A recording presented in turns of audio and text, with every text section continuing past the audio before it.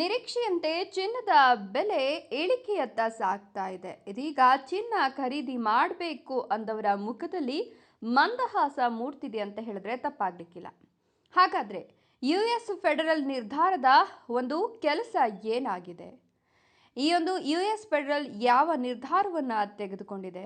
ಮುಂಬರುವ ತಿಂಗಳುಗಳಲ್ಲಿ ಆಭರಣಗಳ ಒಂದು ಬೆಲೆ ಎಷ್ಟರ ಮಟ್ಟಿಗೆ ಕಡಿಮೆ ಆಗಬಹುದು? ಇದರ ಬಗ್ಗೆ ಮಾಹಿತಿಯನ್ನು ಕೊಡ್ತಾ ಹೋಗ್ತೀನಿ. ಅದಕ್ಕಿಂತ ಮೊದಲು ನೀವು ಕೂಡ ಚಿನ್ನ ಪ್ರಿಯರಾಗಿದ್ರೆ, ಆಭರಣ ಪ್ರಿಯರಾಗಿದ್ರೆ ಈಗಲೇ ವಿಡಿಯೋಗೊಂದು ಲೈಕ್ ಕೊಟ್ಟು ನಮ್ಮ ಚಾನೆಲ್ ಅನ್ನು ಸಬ್ಸ್ಕ್ರೈಬ್ ಮಾಡ್ಕೊಳ್ಳಿ. ಹಾಗೆ ಪಕ್ಕದಲ್ಲಿ ಬರ್ತಕ್ಕಂಥ ಬೆಲ್ ಐಕಾನ್ ಮೇಲೆ ಮರೀದೆ ಕ್ಲಿಕ್ ಮಾಡ್ಕೊಳ್ಳಿ.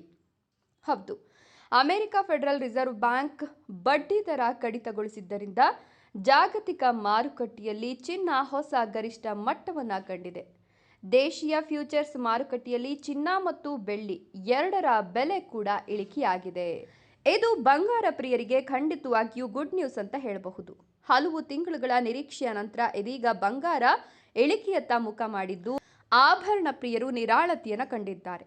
ಇಂದು ಬಂಗಾರದ ಬೆಲೆಯಲ್ಲಿ 469 ರೂಪಾಯಿಗಳಷ್ಟು ಇಳಿಕೆಯಾಗಿದೆ. ಅಂದರೆ 4690 ರೂಪಾಯಿಯಷ್ಟು ಇಳಿಕೆ ಕಂಡಿದ್ದು, ಬುಲಿಯನ್ ಮತ್ತು ಜುವೆಲ್ಸ್ ಅಸೋಸಿಯೇಷನ್ ಪ್ರಕಾರ 24 ಕ್ಯಾರೆಟ್ 10 ಗ್ರಾಂ ಚಿನ್ನದ ಬೆಲೆ 469ರಷ್ಟು ಇಳಿದಿದ್ದು 1,09,264 ರೂಪಾಯಿಗೆ ತಲುಪಿದೆ.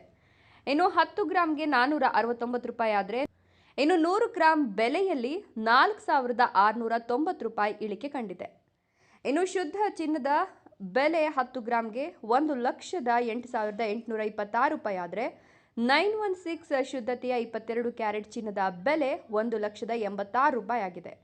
ಇದಲ್ಲದೆ 750 ಶುದ್ಧತೆಯ 18 ಕ್ಯಾರೆಟ್ ಚಿನ್ನದ ಬೆಲೆ 10 ಗ್ರಾಂಗೆ 81,948 ರೂಪಾಯಿ ಆಗಿದ್ದು, 585 ಶುದ್ಧತೆಯ 14 ಕ್ಯಾರೆಟ್ ಚಿನ್ನದ ಬೆಲೆ 63,919 ರೂಪಾಯಿ ಆಗಿದೆ. ಒಟ್ಟಿನಲ್ಲಿ ಚಿನ್ನದ ಬೆಲೆ ಇಳಿಕೆಯತ್ತ ಸಾಗ್ತಾ ಇರೋದು ಖಂಡಿತವಾಗಿಯೂ ಕೂಡ ಆಭರಣ ಪ್ರಿಯರಿಗೆ ಗುಡ್ ನ್ಯೂಸ್ ಅಂತ ಹೇಳಬಹುದು.